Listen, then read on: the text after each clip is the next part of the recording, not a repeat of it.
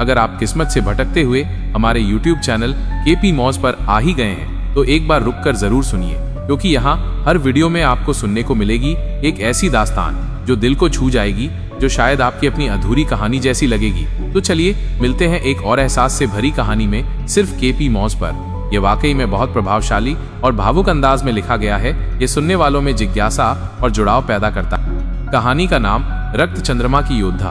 घना अंधकार फैला हुआ था। आकाश में उगता हुआ रक्त चंद्रमा एक भयानक भविष्यवाणी का संकेत दे रहा था। हवा में काले कौवों की चीखें गूंज रही थीं और उसी अंधेरे में से निकलती है निधि, सुनहरे कवच में सजी एक महान योद्धा। एक हाथ में चमकती तलवार और दूसरे हाथ में एक रहस्यमयी लाल जादुई पत्थर। वह एक शापित भूमि की रक्षक थी। उसकी नसों में राजाओं का खून और देवियों की शक्ति थी। वर्षों पहले अंधकार के देवता रावगण ने उसकी मातृभूमि पर हमला किया था और उसी दिन निधि की मां ने अपनी जान देकर उसे एक भविष्यवाणी के साथ बचाया था। जब रक्त चंद्रमा फिर उगेगा तब तुम अंधकार के देवता को उसी की शक्ति से हराओगी। आज वही दिन था। निधि सफेद अश्व पर सवार होकर अंधकार की घाटी की ओर बढ़ रही थी। उसके चारों ओर जंगली घोड़े दौड़ रहे थे, जैसे प्रकृति भी उसकी सेना बन गई हो।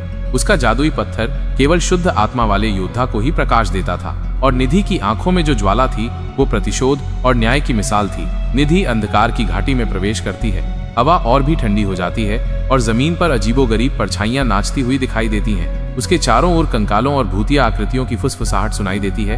रावगण की काली जादूगरी का प्रभाव हर जगह महसूस हो रहा था। अचानक जमीन कांपती है और निधि का घोड़ा हिनहिनाता है। उसके सामने घाटी के मुहाने पर रावगण खड़ा है। वो विशाल और भयानक दिखता है, काले कवच में लिपटा हुआ और उसकी आंखों से लाल आग निकल रही है। उसके हाथ में एक भयानक काला दंड है जिससे अंधेरी ऊर्जा की किरणें निकल रही हैं। तो तुम आ गई छोटी योद्धा, रावगण की आवाज गरजती है। तुम्हारी माँ ने मेरी योजनाओं में बाधा डाली थी, लेकिन तुम वही गलती नहीं करोगी। निधि अपने घोड़े से उतरती है। उसकी तलवार सूर्य की रोशनी की तरह चमकती है और लाल जादुई पत्थर उसके हाथ में धड़कता है। एक गर्म और शक्तिशाली ऊर्जा का उत्सर्जन करता है। तुमने मेरी मातृभूमि को शापित किया, मेरे लोगों को दुख दिया। निधि की आवाज दृढ़ और शांत है। आज मैं उस सबका अंत करूंगी। रावगण हंसता है, एक ठंडी और भयानक हंसी। तुम, एक छोटी सी लड़की, मेरी शक्ति का मुकाबला करेगी? मूर्ख। उसी क्षण निधि दौड़ पड़ती है। जंगली घोड़े उसके पीछे गरजते हुए आते हैं। उनके खुरों से धरती कांप उठती है। रावगण अपना काला दंड उठाता है और अंधेरी ऊर्जा की एक लहर निधि की ओर फेंकता है, लेकिन निधि बहुत तेज है। वो उस ऊर्जा से बचती हुई आगे बढ़ती है। उसकी तलवार हवा को चीरती हुई रावगण की ओर बढ़ती है। जादुई पत्थर उसके हाथ में और भी तेज चमकता है। उसकी ऊर्जा निधि के शरीर में प्रवाहित होती है। रावगण अपनी तलवार से निधि की तलवार का वार रोकता है।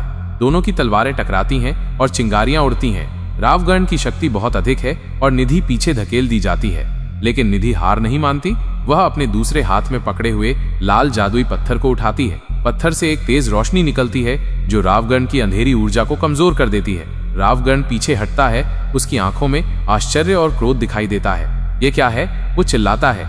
ये मेरी माँ की शक्ति है और मेरे लोगों की आशा। निधि जवाब देती है। उसकी आवाज में दृढ़ संकल्प है। वो फिर से हमला करती है, इस बार और भी तेजी और शक्ति के साथ। उसकी तलवार रावगण के कवच पर वार करती है और हर वार के साथ अंधेरे देवता की शक्ति कमजोर होती जाती है। जंगली घोड़े भी रावगण पर हमला करते हैं, उसे घेर लेते हैं और उसे विचलित करते हैं। लड़ाई भयंकर होती है। रावगण अपनी पूरी शक्ति का उपयोग करता है, अंधेरी ऊर्जा की भयानक लहरें छोड़ता है, लेकिन निधि का जादुई पत्थर उसकी हर शक्ति को बेअसर कर देता है।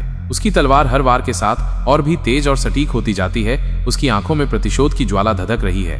अंत में निधि एक मौका देखती है। जब रावगण एक शक्तिशाली वार करता है तो वो झुकती है और उसकी तलवार को चकमा देती है। उसी क्षण वो अपनी पूरी शक्ति के साथ अपनी तलवार रावगण के कवच के एक कमजोर हिस्से में घुसा देती है। एक चीख गूंजती है जो घाटी में दूर तक सुनाई देती है। रावगण लड़खड़ाता है। उसकी आंखों से आग बुझ जाती है। उसके काले दंड जमीन पर गिर जाता है और उसकी विशाल आकृति धीरे धीरे सिकुड़ने लगती है। अंततः धूल के एक बादल में बदल जाती है।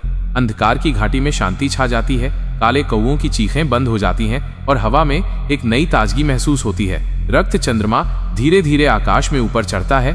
अब उतना भयानक नहीं लग रहा था। निधि हाँफ रही है, लेकिन उसके चेहरे पर विजय की मुस्कान है। उसके हाथ में जादुई पत्थर अब शांत और स्थिर है, लेकिन उसमें अभी भी एक शक्तिशाली ऊर्जा महसूस हो रही है।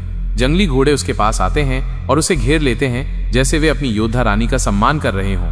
निधि जानती है कि उसकी लड़ाई अभी खत्म नहीं हुई है, लेकिन आज उसने अपनी मातृभूमि को अंधकार से मुक्त करा लिया है। वो अपने सफेद घोड़े पर चढ़ती है और घाटी से बाहर निकलती है। उसके पीछे जंगली घोड़ों का झुंड चल रहा है। आकाश में रक्त चंद्रमा अब चमक रहा है, एक नई सुबह और एक नई आशा का प्रतीक बनकर। निधि घाटी से बाहर निकलती है और उसके पीछे जंगली घोड़ों का झुंड शांतिपूर्वक चलता है। जैसे ही वे शापित भूमि की सीमा पार करते हैं, भूमि धीरे धीरे हरी भरी होने लगती है। मुरझाए हुए पेड़ फिर से जीवंत हो उठते हैं और सूखी धरती पर घास उगाती है। लोगों के घरों के खंडहरों से हल्की रोशनी की किरणें दिखाई देने लगती हैं। जब निधि अपने गांव के पास पहुंचती है तो उसे एक अजीब सी शांति महसूस होती है। हवा में उदासी की जगह फूलों की खुशबू है और काले कौवों की जगह पक्षियों का चहचहाना सुनाई दे रहा है। गांव के प्रवेश द्वार पर कुछ डरे हुए लोग छिपे हुए दिखाई देते हैं। जब वे निधि को सुनहरे कवच में और उसके पीछे जंगली घोड़ों को देखते हैं तो वे डर से कांपने लगते हैं। लेकिन जैसे ही निधि अपना हेलमेट उतारती है, उनकी आंखें आश्चर्य से फैल जाती हैं। ये उनकी निधि है जो वर्षों पहले खो गई थी, लेकिन अब एक योद्धा के रूप में वापस आई है। एक बूढ़ी महिला जिसकी आंखों में आंसू हैं, धीरे धीरे आगे बढ़ती है। निधि, क्या ये तुम हो मेरी बच्ची? निधि घोड़े से उतरती है और उस बूढ़ी महिला को गले लगा लेती है। हाँ माँ, मैं वापस आ गई हूँ। गांव के लोग धीरे धीरे बाहर निकलते हैं। उनकी आंखों में खुशी और अविश्वास के आंसू हैं। वे निधि को घेर लेते हैं, उसे छूते हैं, ये सुनिश्चित करने के लिए कि वो सच में वहां है। निधि उन्हें रावगण के साथ हुई लड़ाई और उसकी हार के बारे में बताती है। उसकी कहानी सुनकर लोगों की आंखों में आशा की एक नई किरण चमक उठती है। उन्हें विश्वास नहीं हो रहा है कि आखिरकार उनका दुस्वप्न खत्म हो गया है। अगले कुछ दिन गांव को फिर से बनाने में बीतते हैं। निधि लोगों का नेतृत्व करती है। अपनी शक्ति और ज्ञान का उपयोग करके उन्हें उनके घर और जीवन को वापस पाने में मदद करती है। जादुई पत्थर की रोशनी से भूमि उपजाऊ बनती है और लोगों के दिलों में नई उम्मीदें जन्म लेती हैं। लेकिन निधि जानती है कि रावगण की बुराई पूरी तरह से खत्म नहीं हुई है। अंधेरे की जड़ें गहरी हैं और उसे भविष्य में और भी चुनौतियों का सामना करना पड़ सकता है। हालांकि अब वो अकेली नहीं है, उसके पास अपने लोग हैं और उसके अंदर अपनी माँ की शक्ति और राजाओं का खून है। एक सुबह जब सूर्योदय हो रहा होता है, निधि गांव के ऊंचे टीले पर खड़ी होती है। उसके चारों ओर उसके लोग हैं, उनकी आंखों में कृतज्ञता और सम्मान है। वो अपने हाथ में जादुई पत्थर उठाती है और उसकी रोशनी पूरे गांव को रोशन कर देती है। हमने अंधेरे को हराया, वो कहती है। उसकी आवाज हवा में गूंजती है, लेकिन हमें हमेशा सतर्क रहना होगा। हमें अपनी भूमि और अपने लोगों की रक्षा करनी होगी। लोग एक साथ जवाब देते हैं, उनकी आवाज में दृढ़ संकल्प है। हम करेंगे योद्धा रानी।